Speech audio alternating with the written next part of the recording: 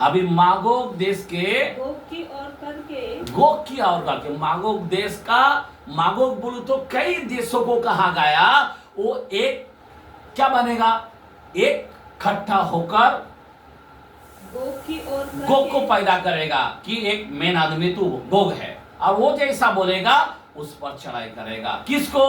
ये इस्राएल पर आएगा। आमीन। इसको बोला है, इसीलिए ये भविष्यवाणी दानियेल ने किया, और इस भविष्यवाणी हमने मत्ती में देखा, हमने देखा रिवलेशन में भी देखा, हमने देखा यहाँ पे मरकुस में भी, और हमने देखा लूक में भी, जो इस भविष्यवाणी के बारे में। समझे बात? आगे बढ़ो। जो रोश मेशक और तुबल का प्रधान है, तुबल का प्रधान है। ये सब अलग अलग देश के बारे में बोल रहा, जो अभी हम लोग को इतना कुछ मालूम नहीं गिर रहा है कौन सा देश किसको कहा गया। समझे बात? लेकिन यही देश है। समझे बात? हाँ, आगे बढ़ो। उसके विरुद्ध भविष्यवाणी कर, और ये कह, हे गोग, हे रोश, हे मेशक और तुबल के प्रधान, परमेश्वर यहोवा ये कहता है, देख मैं तेरे विरुद्ध हूँ। खुदा किसके विरुद्ध है? इनके विरुद्ध है। आमीन। ये सारे जो मागोग जो है इनके विरोध में है, और उसमें जो गोग है उसका विरोध में है। आगे बढ़ो। मैं तुझे घुमा ले आऊंगा। अभी ये घुमा कर किधर लाएगा मालूम है? ये लोग किधर आएगा? घुमा के किधर आएगा? इस्राएल के अंदर आएगा। यहाँ पे हाथ रखो जरा, किधर कैसा लेके आता देखो। वहां पे कहां पे लेके आएगा, कौन सा जगह पर लेके आएगा, मैं आपको बताना चाहता हूँ। बहुत इंपॉर्टेंट बात है। रेवलेशन के कलाम में 16 चैप्टर 16 16 का 16 क्या लिखा है? और उन्होंने उनको उस जगह इकट्ठा किया जो इब्रानी में हर मगिदोन कहलाता है। क्या कहता है? हर मगिदोन कहता है। आमीन। जो मेन जहां पे लड़ाई होने वाला है वो ये हर मगदान जो है इजराइल में है, एक ऊंचे पहाड़ों पर। वो जगह में जितने भी लड़ाई आज तक हुआ उसी पहाड़ पर हुआ। समझे बात? और यहाँ पे क्या लिखा है? हर मगदन। अभी ये जगह पर होने वाला है। समझे बात? हेलो, ये जगह पर लड़ाई होने वाला है, हर मगदन। आमीन, आमीन। अच्छा, अभी हम वहां पे जाएंगे, आगे बढ़ेंगे। एजेकिएल, मैं तुझे घुमा ले आऊंगा और तेरे जगड़ों में आके डालकर तुझे निकालूंगा। हाँ, जबड़े में से डालकर तुझे निकालूंगा, और तेरी सारी सेनाओं को भी, अर्थात घोड़ों और सवारों को। देखो यहाँ पे बोलता घोड़ों और सवारों को, जो सबके सब कवच पहने हुए। हाँ, एक बड़ी भीड़ है जो फरी और ढाल लिए हुए। हाँ, सबके सब तलवार चलाने वाले होंगे। सब तलवार चलाने वाला होंगे। और उनके संग फारस। अभी फारस किसको बोला गया? फारस ईरान को कहा गया। आमीन। फारस किसको कहा गया? ईरान को कहा गया। फारस, कूश और लूत को। हाँ, अभी सबके सब ये जो है सब अलग अलग जो देश है वो सारे देशों का नाम है। हाँ, आगे। सबके सब ढाल लिए और तोप लगाए होंगे। और गोमर और उसके सारे दलों को। हाँ, और उत्तर दिशा के दूर देशों के। हाँ, तोर्गमा के घराने। हाँ, और उसके सारे दलों को निकालूंगा। हाँ, तेरे संग बहुत से देश के लोग होंगे। हाँ, तेरे साथ बहुत से देश के लोग होंगे। मतलब इस्राएल के साथ लड़ने वाला पूरा बहुत से देश होंगे। समझ में आ रहा बात? बहुत इंपॉर्टेंट वचन है मेरे भाई। अभी ये सब उजाड़ने वाला करेगा, उजाड़ेगा किसको? सब इस्राएल को। लेकिन इस्राएल के साथ खुदा है। आमीन। समझ में आ रहा बात? इसीलिए मैं आप लोगों से विनती करता हूं कि आप और हम जब ये सब बातें होते हुए देखा तो 28 में लूक में क्या बोला? अपना सीधे हो जाओ और क्या हो जाओ? अपने सर को नीचे नहीं लाना, आपका आस ऊपर होना चाहिए, आपका आनंद ऊपर होना चाहिए। समझे बात? आज सारे लोगों का पूरा चर्च को नहीं आ पाता है, कितना आस है इधर ही पड़ा है, ऊपर कहां से आएगा उनका? जो लोग, मैं आपको रियल बोलता हूं, जो सर को ऊपर उठा नहीं पाता है प्रभु के लिए, उसका रक्षण नहीं हो सकता। इसलिए यीशु मसीह आपको बुला रहा है। आज मेमना का शादी के लिए आपको बुला रहा है। हम 7 साल ऊपर रहेंगे, उस भोज में आपको बुला रहा है। मैंने वचन देखे भी बताया, 19 का हमने 9 वचन पढ़ा था, रेवलेशन। जरा कलम को जरा पढ़ेंगे, कलम को जरा पढ़ते हैं। 19 का 9। तब स्वर्गदूत ने मुझसे कहा, यह लिख कि धन्य है वे जो मेमने की विवाह के भोज में बुलाए गए हैं। समझे बात? किसके भोज में बुलाया गए? मेमने के भोज में बुलाया गया। आज मैं आपको बताना चाहता हूं, मेमने के भोज में जाना चाहिए। अगर आप और हम नहीं जाते हैं तो किसके भोज में जाएगा? ये मैगोग, क्या बोलते हैं, मागोग का। समझे बात? ये मागोग देश के क्या होने वाला है? ये सब इकट्ठा होएगा, जो गोग बनकर काम करेगा उनके साथ भोज करे। अभी इनका भोज भी है, ये लोग इसमें नहीं जाएगा ना, लड़ाई झगड़ा में है ना, तो ये लोग किधर जाएगा? इनके मांस कौन खिलाएगा? उसी वचन में 17-18 रेवलेशन का 19 का 17-18। फिर मैंने एक स्वर्गदूत को सूर्य पर खड़े हुए देखा। हाँ, उसने बड़े शब्दों से पुकार कर आकाश के बीच में से उड़ने वाले सब पक्षियों से कहा, सारे पक्षियों से कहा, आओ परमेश्वर के बड़े भोज के लिए हाँ इकट्ठे हो जाओ, जिससे तुम राजाओं का मांस और सरदारों का मांस और शक्तिमान पुरुषों का मांस, कितना भी शक्तिमान की उसका मांस, और घोड़ों का और उनके सवारों का मांस, घोड़े और सवारों का मांस, और क्या स्वतंत्र क्या दास, क्या छोटे क्या बड़े, सब लोगों का मांस खाओ। आमीन। उन पक्षियों को खिलाएगा। समझे बात? उन जानवरों को खिलाएगा उनका मांस। ये मांस किसको खिलाएगा? ये कौन है? अभी हम एजिकल 38 पढ़ा ना, अभी 39 का 4 पढ़े। तू अपने सारे दलों और अपने साथ की सारी जातियों समेत इजराइल के पहाड़ों पर मार डाला जाएगा। एक मिनट, किधर मार डाला जाएगा? इजराइल के पहाड़ पर। इजराइल के पहाड़ का नाम क्या बताया मैंने? क्या बताया हमने? हरमगन, बराबर ना? 16 के कलाम रेवलेशन में, बराबर ना? वही पहाड़ के बारे में बात कर रहा है। वहां पे उसको मार डाला जाएगा। किसको? मागोग और गोग को। समझे बात? मागोग मतलब अनेक देश को कहा गया, और उसका जो बॉस है वो है गोग। आमीन। अभी गोग को दिखाई देगा कौन गोग बनेगा। बहुत ही इंपॉर्टेंट बात है। ये लड़ाई कोई मामूली लड़ाई नहीं है, ये आखिरी लड़ाई चल रहा है। ये दुनिया का एंड की लड़ाई चल रहा है। हाँ, आगे पढ़ो। मैं तुझे भांति भांति की मांसाहारी पक्षियों और वन पशुओं का मांस कर दूंगा। तू खेत में गिरेगा, क्योंकि मैं ही ने ऐसा कहा है। परमेश्वर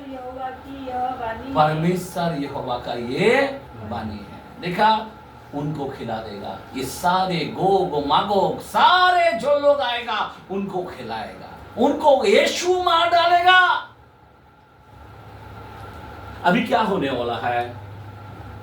अभी ध्यान देना, इसको क्या करेगा? तोड़ते जाएगा इजराइल को, बराबर ना? हमने कलाम खोल के देखा कि सारा देश उसके ऊपर अत्याचार करेगा।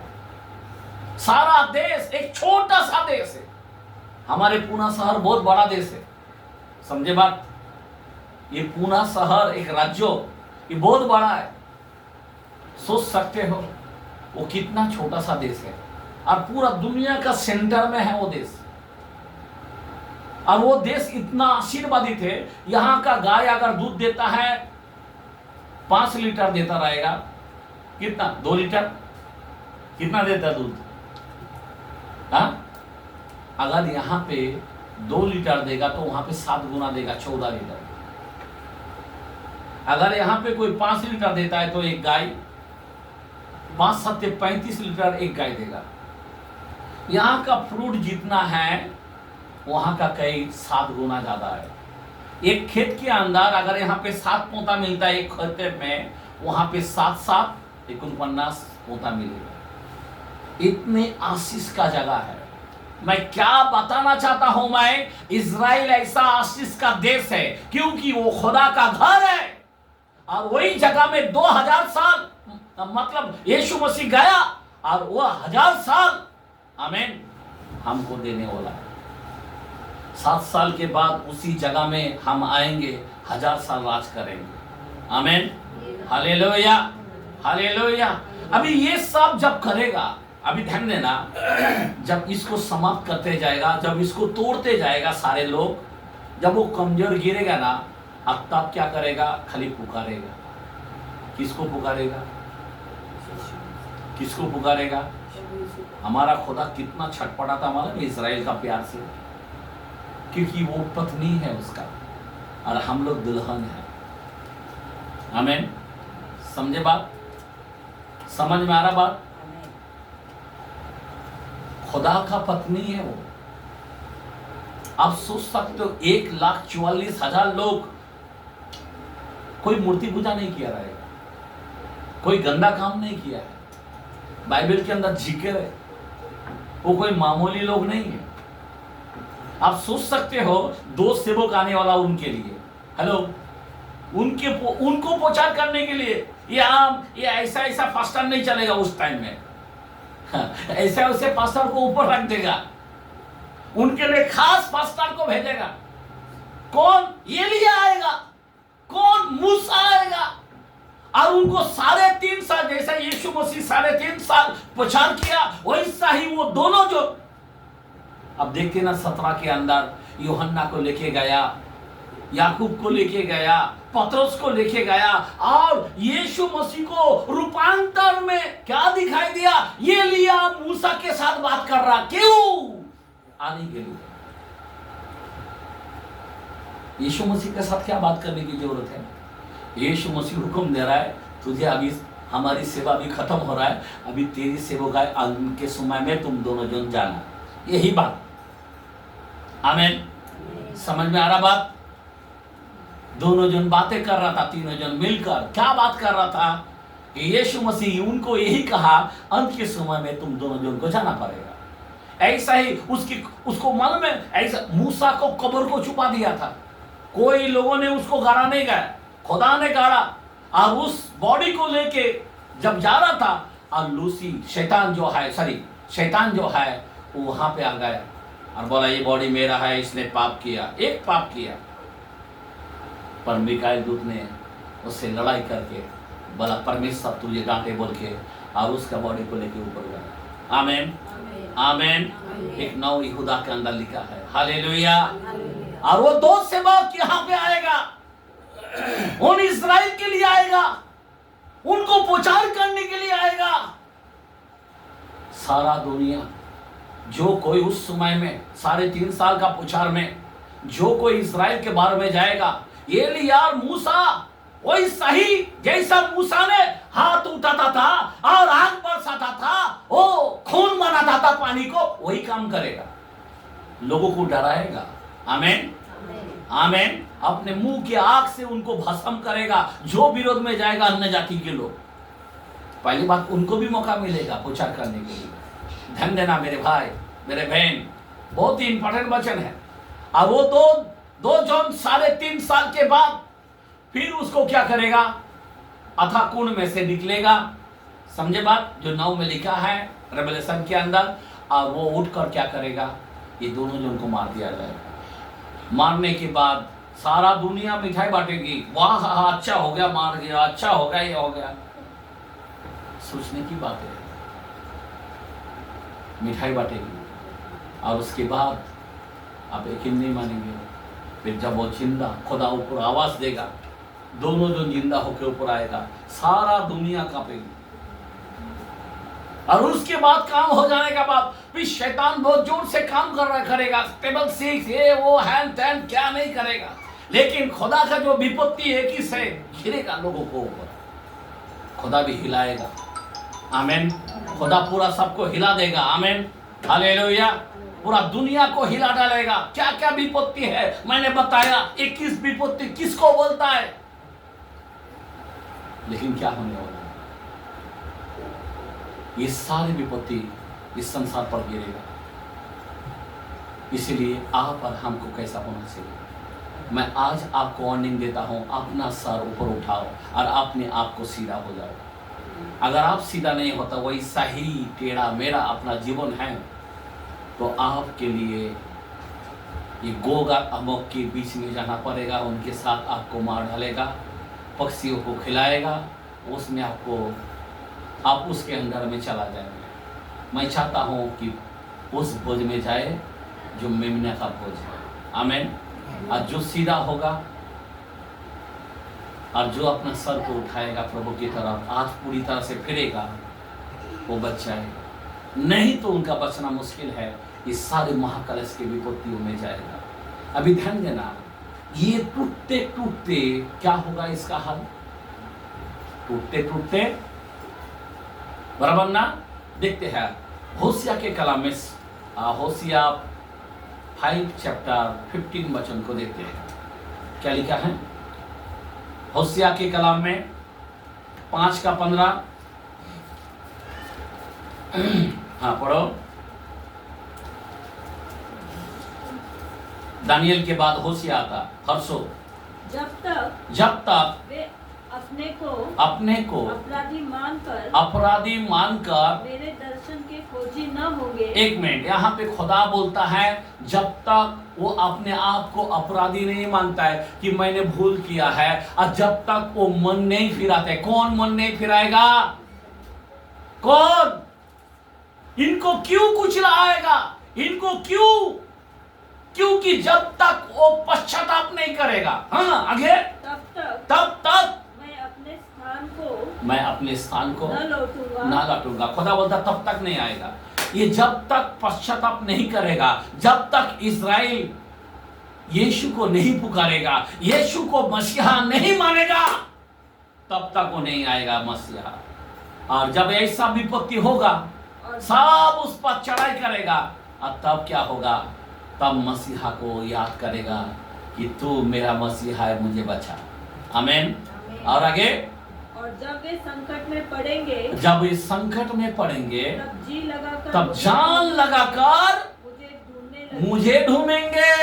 अरे मसीहा तू किधर है, क्योंकि सारा दुनिया उसको ऊपर आ पड़ेगा, सारा दुनिया उसको उजाड़ने को कोशिश करेगा। आज जिसके भी मुंह में सुनो इस्राएल के विरोध में बात, लेकिन ये क्या करेगा, मसीहा को जान लगा देगा कि मेरे मसीहा तो किधर है, और तब मसीहा ऊपर से आएगा। आमीन, हालेलुया। और उसी 6 चैप्टर 1-2 वचन पढ़ेंगे। चलो हम यहोवा की ओर फिरे। देखो अभी क्या करेगा, ये मन फिराने के बाद बोलेगा चलो हम यीशु की ओर फिरे, क्योंकि उसी ने फाड़ा वही चंगा करेगा। आमीन, हालेलुया। और आगे, उसी ने मारा वही हमारे घाव पर पट्टी भी बांधेगा। 2 दिन के बाद, कितना दिन के बाद, 2 दिन के बाद। यीशु मसीह 2 दिन हो गया, मतलब 2000 साल हो गया। खुदा के लिए 2 दिन 2000 साल के बराबर है। 2 दिन के बाद वो हमको जिलाएगा, ये इज़राइल कह रहा है। हालेलुया। तब प्रभु यीशु मसीह आ जाएगा। समझे बात? हेलो, वचन समझा? अब ये इज़राइल अभी ध्यान देना, अभी जो लोग, ये लोगों का हाल बेकार होने वाला है। बाइबल के कलाम 14:12 के अंदर देखते हैं, जकरिया के कलाम में, मलाकी से पहले जकरिया 14:12 में क्या लिखा है?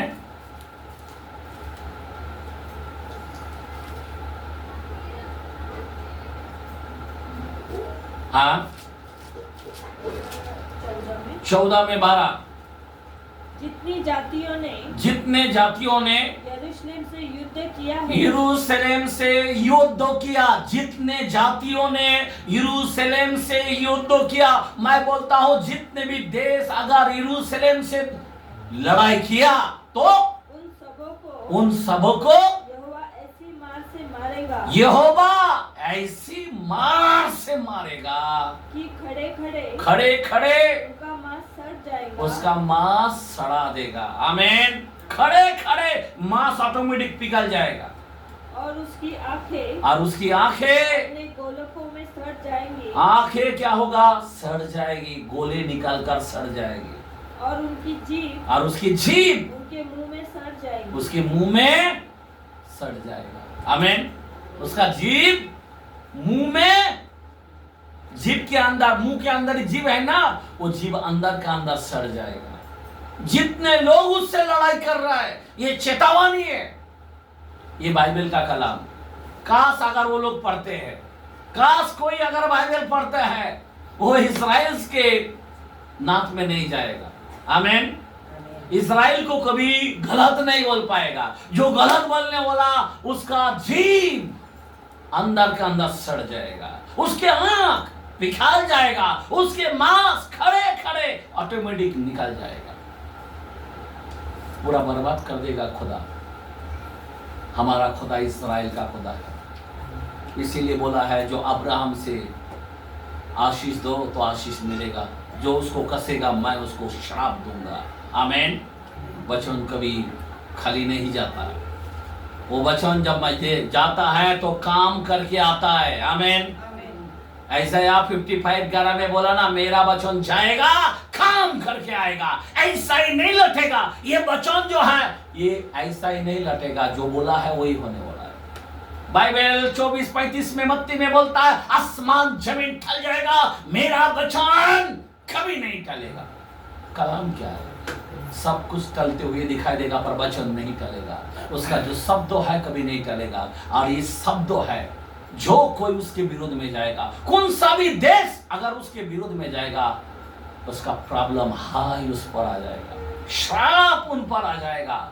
इजराइल, अरे इजराइल के लिए क्या करना चाहिए? हथियार बम गिराना चाहिए?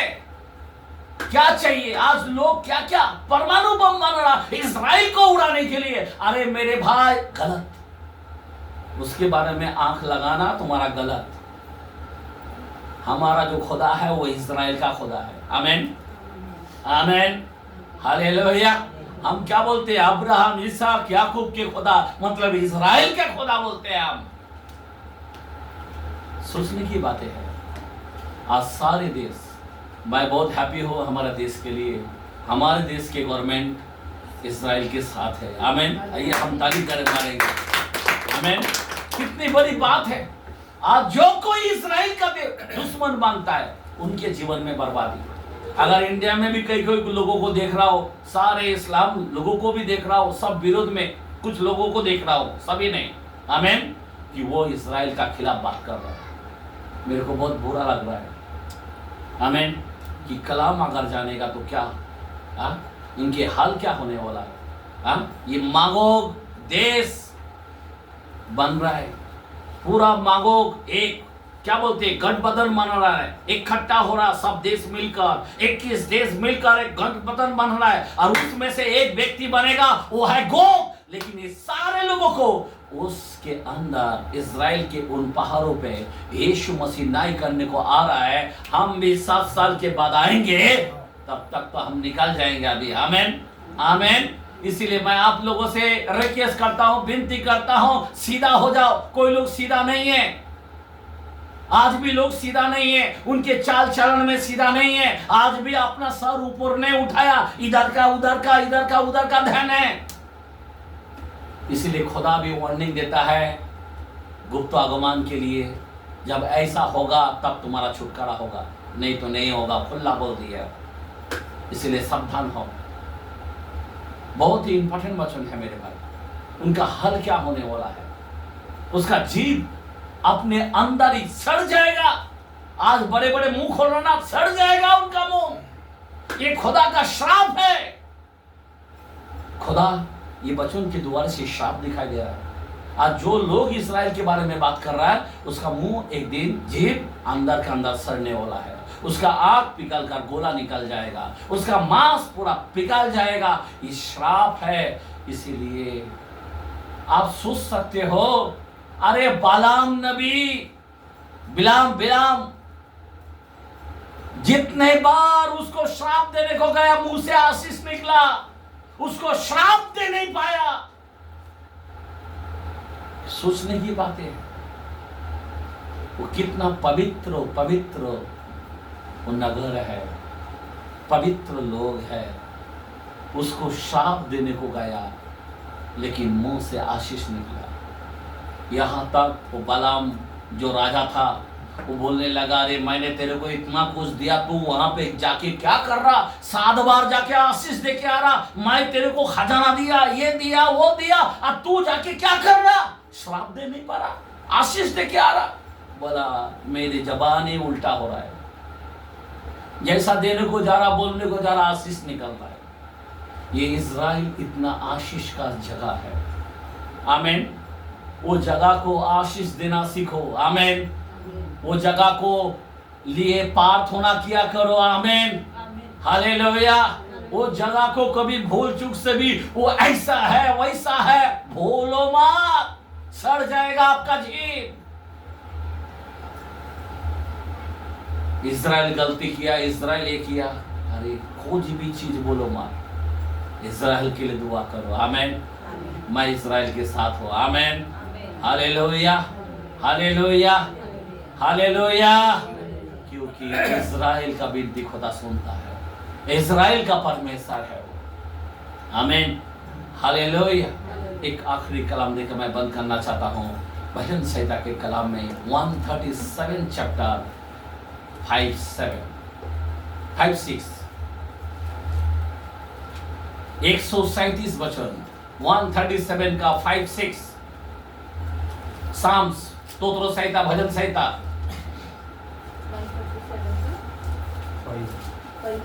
5-6। हे यरूशलेम, हे यरूशलेम, यदि मैं तुझे भूल जाऊं। एक मिनट। यहाँ पे इतना बड़ा द्रविड 2:11 के अंदर लूक में बोलता, आज दाऊद के नगर में उद्धार करता जन्मा है। आमीन। हालेलुया।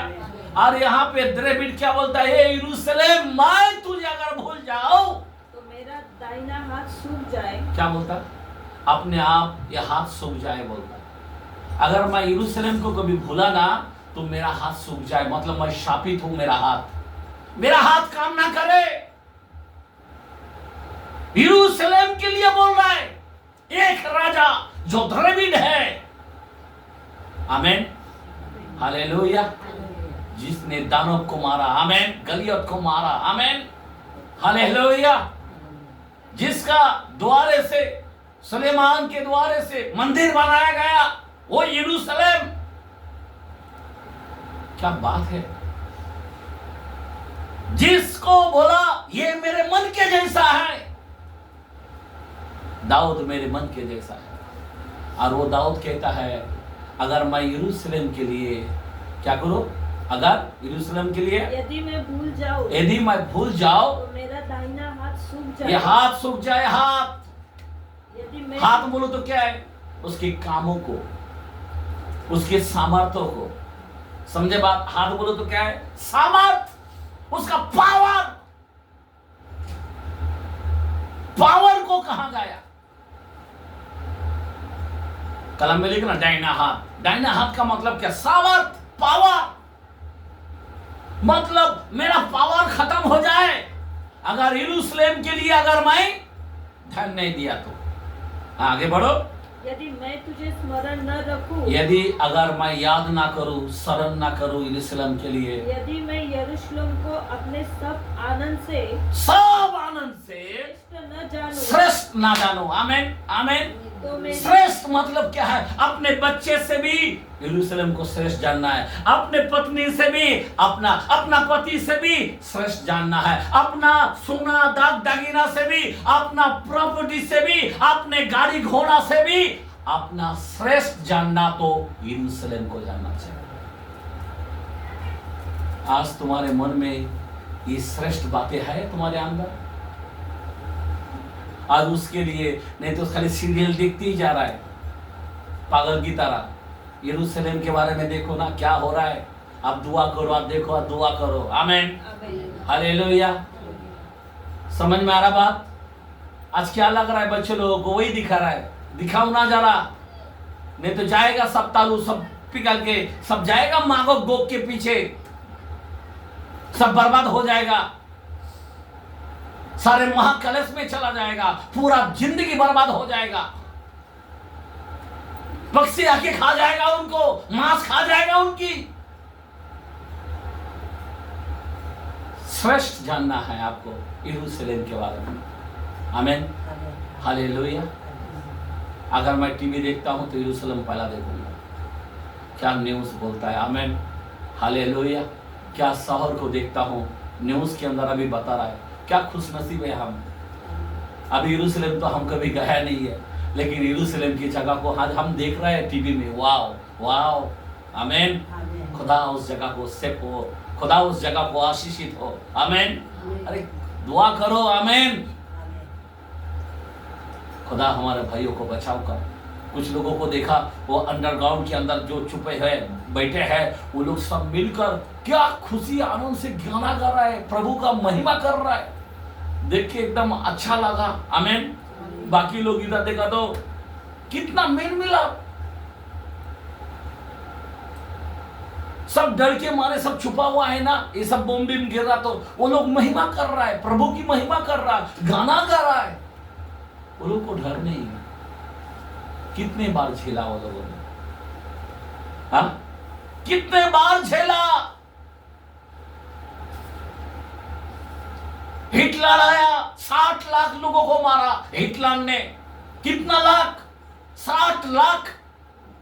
किसके कारण? संदूक के कारण।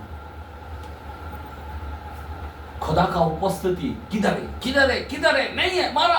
अरे खुदा का उपस्थिति ऊपर है। रेवलेशन 11 का आखिरी में लिखा है वो स्वर्गों में है, वो खुदा का संदूक। यहां पे किधर मिलेगा? खुदा ने उठा लिया। और सारे ये हिटलर भी ढूंढ रहा था, नहीं नहीं यहूदी लोगों के पास है, लिखे, अरे ऊपर चले गए। वहां पे उनको आखिरी नहीं मिला। कहां से मिलेगा? ऊपर ले लिया खुदा ने। मैं यही बताना चाहता हूं, आज उसकी आज वो नहीं है। आज क्या है? आज पवित्र आत्मा है, हम लोग है, हम लोग है। आमीन हालेलुया। खुदा ने हमको बोला है तुम परमेश्वर का मंदिर हो, तुम पवित्र आत्मा का मंदिर हो। और आज हम लोग को उठाना चाहता खुदा। मैं आपको बताना चाहता हूं, इसीलिए सर उठाओ। और यहां पे डेविड बोलता है सबसे अपना प्रिय आनंद यरूशलेम को जानो। आमीन। आपका बिरानी से भी बढ़कर, आपका कपड़े से भी बढ़कर, आपका दाग दागिना से भी बढ़कर, आपके एकलौता बेटा से भी बढ़कर, आपकी सारी चीज संसार से एकदम हटकर हमारा यरूशलेम है। आमीन। इसीलिए उस यरूशलेम के लिए क्या बोलते हैं? आगे पढ़ो कलाम को। अपने सब आनंद से श्रेष्ठ न जानूं, आपने आनंद से श्रेष्ठ ना जाने तो मेरी जीभ तालू से चिपट जाए। क्या बात है, वही श्रापित हो जाए। यहाँ पे डेविड बोलता फिर मैं भी श्रापित हो जाऊं, उस गोग मामोग की आंख जैसा होगा। वो लोगों को कैसा सड़ाएगा वैसा मैं सड़ जाऊं, अगर मैं सबसे बड़ा आनंद ना जानूं तो। सोचने की बात है। मेरे को ऐसा लगता है कोई लोग ये वचन को तो कोई सुनना भी नहीं है। कितना जरूरी है हमारे देश को, ये वचन पूरा देश के अंदर कोने कोने में, घर घर में जाना चाहिए, ताकि उसका जीभ ना सड़े, ताकि उसके मांस ना पिघले, उसकी आंख कमजोर ना हो। आमीन, हालेलुया। ये कितना प्यारा बात है। दाऊद कहता है, दाऊद नहीं तो मेरी जीभ मेरे तालू में चिप जाए, हम भी गोग की तरह हो जाए। लेकिन बोलता दाऊद, अरे क्या बता, उसके घर इतना अच्छा था, मंदिर से भी बढ़कर था, क्या नहीं था वो घर में।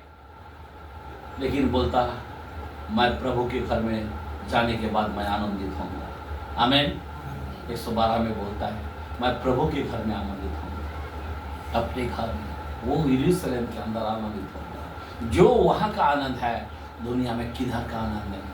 आज लोग इधर घूम रहा है, कोई गोवा जा रहा, कोई किधर क्या जा रहा, अरे क्या वेस्ट कर रहा है। मैं बता रहा हूँ, इकट्ठा करो और अपने देश इस्राएल को जाके देखिए आएगा। आमीन।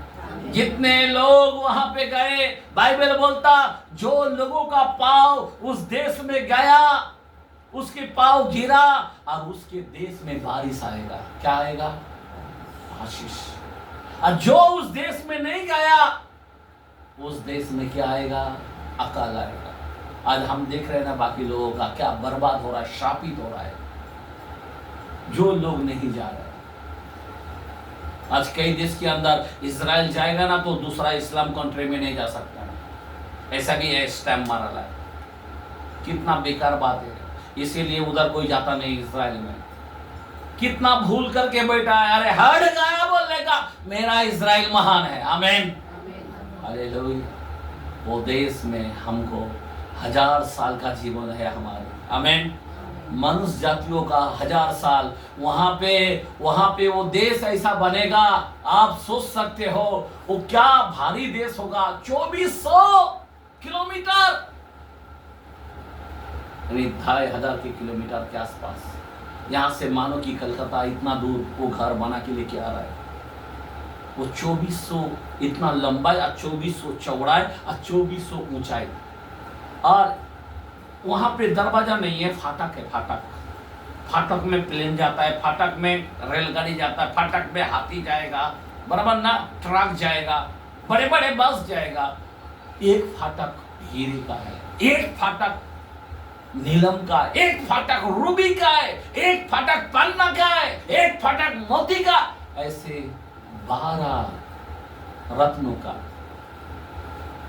सोच सकते हो वो घर हमारे लिए बनाया, और वो घर इधर आएगा इस्राएल में, और हम वहां पे वास करेंगे। वहां पे रात नहीं होने वाला है, वहां पे चंद्रमा नहीं आएगा, वहां पे धूप नहीं लगेगा, वहां पे ठंडी नहीं लगेगा, वहां पे उजाला, दोपहर का सा उजाला होगा, कलाम चकरिया में बोलता है। आमीन। आप सोचो ना, आज कितना आप लोग टेंशन ले रहे हैं, कितने टाइम में हम लोग आ गए। मैं क्यों बता रहा हूं, आज का वचन क्यों बता रहा हूं, ये सब उजाड़ते हुए जब तुम देखोगे तो समझ लेना, अपने सर को उठाना और सीधा हो जाना। मेरा वचन यही है। आज अगर नहीं उठा पाएगा, क्योंकि अभी तो रक्षा का घड़ी है, कुछ ही पल में उठाया जाएगा। हम लोग रेडी है। इसीलिए मैं यीशु को प्रेर करता हूँ हर समय कि यीशु तो आ जा, जल्दी हमें ले चल। आमीन, हालेलुया। क्योंकि महाकलेश आ गया है, इसीलिए सावधान होना। आज भी लोग सब इधर उधर, कोई मन नहीं फेरना चाहता, कोई दुनियादारी में रहना चाहता, ओ कोई आए नहीं आए, ऐसा नहीं। एंड टाइम है, जो बचेगा वो जाएगा। तो प्रभु इन वचनों के द्वारा से आप सभी को आशीषित करे, शांति हो। आमीन। सभी को सलाम।